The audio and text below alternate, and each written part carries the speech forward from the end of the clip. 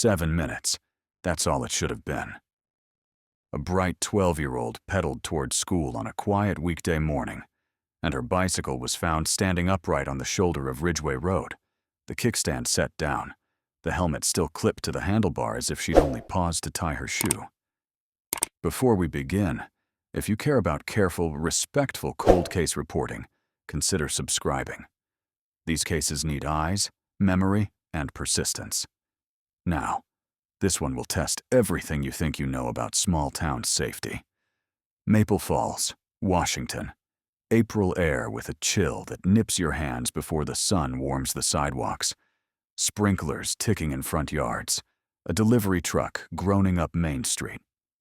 Inside a beige single-story home 2 blocks from the middle school, a girl named Lily Harper finishes her toast, slings a backpack over one shoulder, and wheels a pink bicycle out from the garage. Her mother reminds her to snap the buckle on her helmet. Her father, already in a work jacket, calls from the hallway that traffic on Hillcrest is light this morning. Take the crosswalk, like always. It's routine, repeated so many times the words barely register. She smiles, and the house holds on to that smile for just a second longer than usual, like a photograph that doesn't want to be put away. At 7:42 a.m., Lily pushes off. The route is simple. Down Cedar, right at Ridgeway. 3 more blocks to the crossing guard and the school beyond. She has math first period, and a sticker she plans to trade at lunch. A cartoon fox with a glitter tail. A neighbor, retired, walking a terrier with a red bandana, will later say he watched her glide past the mailboxes with that careful wobble new riders have even after years. The wobble that says, "I'm steady but thinking about it." He'll remember the pink grip tape, the way she checked both sides of the stop sign even though no one was there. By 7:49, she is missing. There's no scene of chaos, no scattered things in the gravel, no skid mark gouged in a panic curve. The bicycle sits like an afterthought near the white fog line, upright, polite. The helmet dangles from the handlebar, clipped. The back wheel still makes a soft ticking sound, a half rotation, like it hasn't decided whether to move or stop. Her teacher marks her absent during roll call and phones home. At first, her mother thinks, flat tire, a stop at a friend's house. Maybe she forgot a permission slip and doubled back. Then a second call, to her father at work, and a quick drive along the route they could travel blindfolded. They find the bike before they find an explanation. And once. You've seen a child's bicycle standing by itself in the wrong place. You can't unsee it.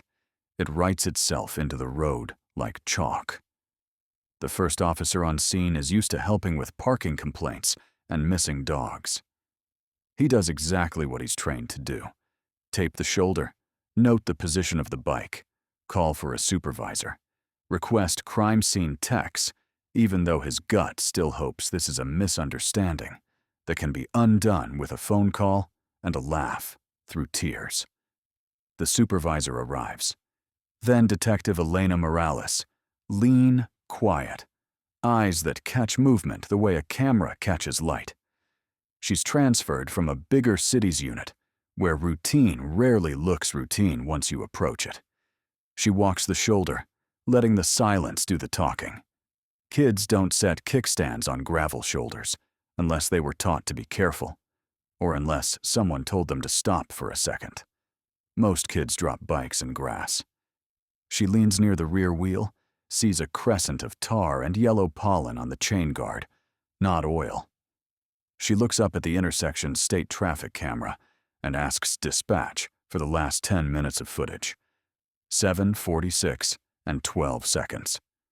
The rectangular frame shows Lily approaching from the right. The next second flashes white, just one, and the picture returns at 7:46 and 34. No Lily. Empty road. 31 seconds later, the bicycle appears as a small shape on the shoulder. The camera didn't pan. It didn't drift. It blinked. And it blinked exactly when her front tire should have crossed the frame. But then, something else doesn't fit. Utility logs for the area show no voltage issues that morning anywhere else on the grid. The camera's own sensor recorded a brief surge, just over 1 second, long enough to wipe a single frame, like a breath on glass. Was it coincidence? Was it sunlight at the wrong angle? People will argue about that frame for years, as if clarity can be wrung from a missing second by talking to it sternly enough. By noon, the shoulder of Ridgeway Road looks like a training photo in a manual for organized search. Volunteers form lines. Dogs sniff the ditch edges. The crossing guard, who never thought she'd see a day like this, watches the lines move with her hands clenched around a flagpole. News vans appear faster than anyone expects. A safe town, a safe route, one reporter says into the camera, and a little girl somewhere between home and first period who didn't make it.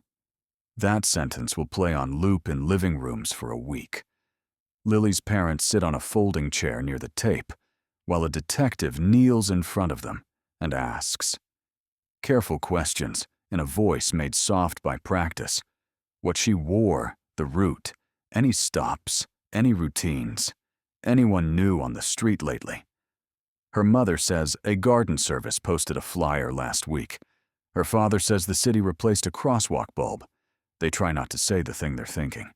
There has to be an explanation that isn't terrible. The bicycle is bagged and transported. Crime Lab dusts it for prints. They find only Lily's and her father's along the bars and seat post. Under the left pedal, a smear of the same tar and pollen mixture. The seat shows a faint depression consistent with a quick dismount. On the gravel near the shoulder, a single shoe print not matching the child's sneakers. An adult athletic sole, size about 11. It's angled not toward the road, but toward the tree line. It sits alone, too crisp to be old, too isolated to tell a story by itself. A shoe print is a sentence fragment.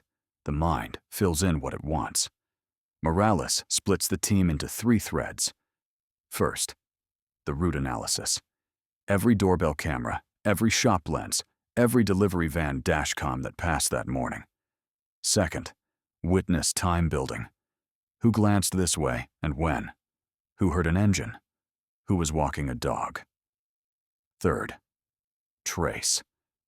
The pollen mix, the fibers, the grit that clings to rubber and tells you where it's been. Within 24 hours, federal support arrives. Not because small-town officers aren't capable, but because time is the enemy, and more hands mean more eyes. They bring a mobile unit, drone teams, mapping software that can turn foot searches into colored grids that slowly fill in as volunteers return. They pull cell tower pings within a half-mile radius from 740 to 8. 36 devices light up like a constellation. Commuters, parents, a delivery route, a garbage truck, a school bus with its own ping, and one signal that doesn't match anything. An anonymous prepaid device, active for exactly 4 minutes, 7:44 to 7:48. It breathes once on the tower and goes quiet forever. They trace the purchase to a convenience store 40 miles away, paid in cash. The footage from that shop overwrote itself 2 weeks later because hard drives don't anticipate the future when they're busy surviving the present. People will hate that detail. They'll hate it because it offers a handle to grab, and there's nothing to grab. A half-mile down from the bicycle site, a park ranger scanning brush sees something metallic in a tangle of branches. It's a charm bracelet. A small silver bicycle hangs from it, and a round letter. L. L for Lily, or L for 1,000 names that start with L. The bracelet goes to the lab. Swabs pick up trace DNA consistent with a child in the Harper family. No other profiles hit. If water carried it here, hydrologists say, where's the rain? It hasn't rained in 10 days. The creek's flow is wrong for transport from the shoulder. Someone placed it, or it fell from a bag carried by someone moving along that edge. Sometimes the cruelest part isn't harm, it's arrangement. The first person of interest arrives in the file the way they often do, not because of evidence in hand, but because of something just left of evidence. A seasonal maintenance worker with a light cargo van, known to cut through that stretch to avoid morning backup. He gave notice the day after Lily vanished, a family emergency down in Oregon. His landlord remembers strong, cleaner smells when he emptied his rented garage. Inside, the team finds tools on pegboard, an empty bleach bottle, a torn seat cover. Nothing illegal. Fibers from the van floor mats, a sky blue nylon, match fibers on the gravel near the bike. But that matte color exists in hundreds of vans of that model for those years, and identical fibers appear in the seats of a dozen different local vehicles. He's questioned. Receipts place him in another state soon after the morning in question. If you lean hard enough on coincidence, you can make it confess, but courts don't allow that. He leaves the interview a person of interest, but not a suspect. Meanwhile, the camera blink won't stop blinking. The utility company confirms no systemic event. Yet the intersection register shows a tiny, precise surge, and the same second, the frame whites out. Sun flare? Maybe. But if sun flare is the answer, why doesn't it happen on the other mornings with the same angle? Investigators chart past weeks at the same minute. The lens stays steady. For this case, people will build entire theories on that single breath of white. The neighborhood tightens into itself. Parents stop letting kids bike alone for a while. The grocery store posts a flyer wall with a photo that looks like every school portrait she ever loved. Hair pinned behind an ear, smile sitting between shy and proud. Friends leave handwritten notes beneath the printout that say things children write when they want to undo time. Come back. We saved you a seat by the window. No one teaches you how to read those notes with a straight face. You read them because you have to. Detective Morales keeps 3 boards alive in the command room: timeline, route, trace. Colored tags mark hits. A delivery van passes at 7:45.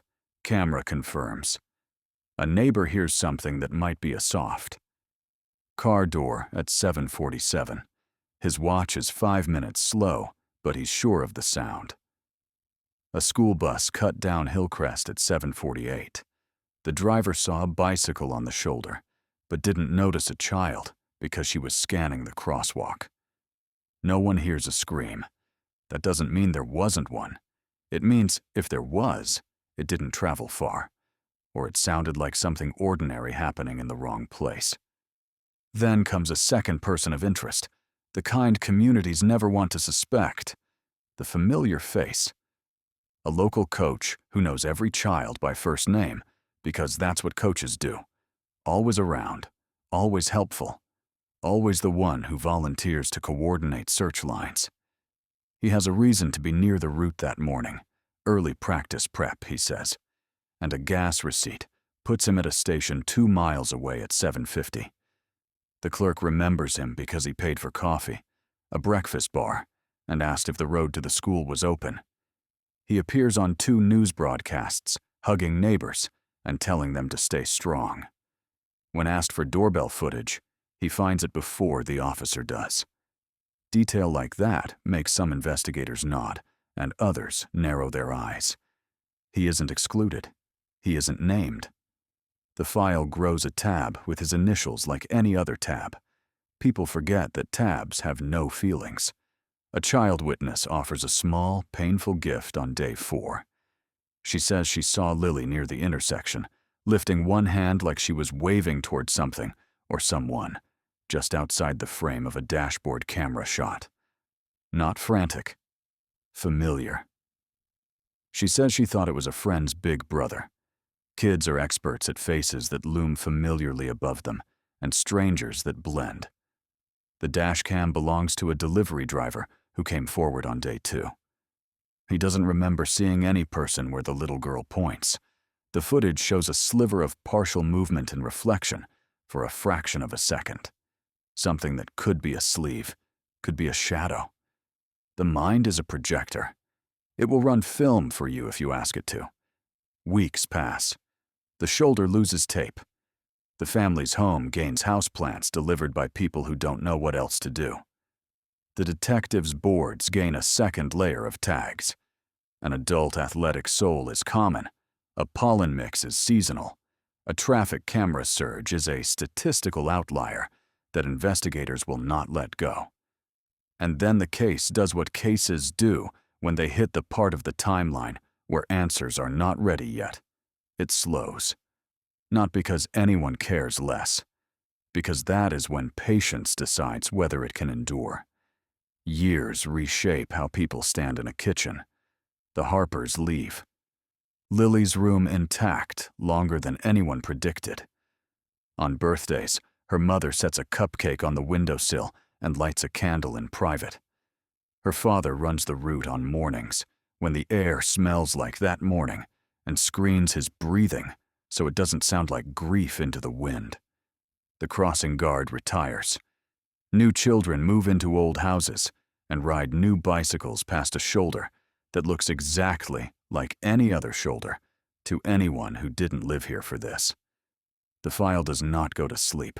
It shifts shelves to a cold case unit, where detectives get good at learning what old paper can tell you when you read it with new eyes. The detective who takes it next is named for the kind of persistence the job rewards. She knows two things. The past is easier to search now than it used to be, and people who stage control often leave patterns where they didn't intend to. She starts with the generic, digitized utility work logs over a 6-month window around the date. Buried among routine entries is a small anomaly, a service note that someone checked signal integrity near Ridgeway on a morning no service calls were scheduled. The note uses shorthand code an older supervisor recognizes but no longer teaches. That supervisor remembers a worker who liked to pick up unscheduled checks to keep overtime. He shrugs on the phone and says, "It was a long time ago, but I always thought he wrote himself busy when he wasn't." When pressed, he offers a name and a trail of employment through companies that merged so many times they forgot their own logos. The detective cross-matches vehicle registrations from that period against the specific cargo van interiors that used the sky blue floor matting found as fibers near the shoulder. A dozen registrations fit statewide. 9 clear by location logs. 2 by maintenance receipts that put them in garages then. 1 remains unaccounted for on paper. Not proof of anything, just a shape where a number ought to be. She asks local salvage yards for intake ledgers, the kind written in grease pencil that no one scanned. One yard owner, hands like old rope, memory like a ledger, remembers a van that came in years back. Bleached to the bones, he says. Like someone wanted it to smell like nothing. If you've ever tried to make something smell like nothing, you know it can't be done. It only smells like a story you don't want to tell. Every few minutes, the rhythm of this narration needs to give you something. Here it is.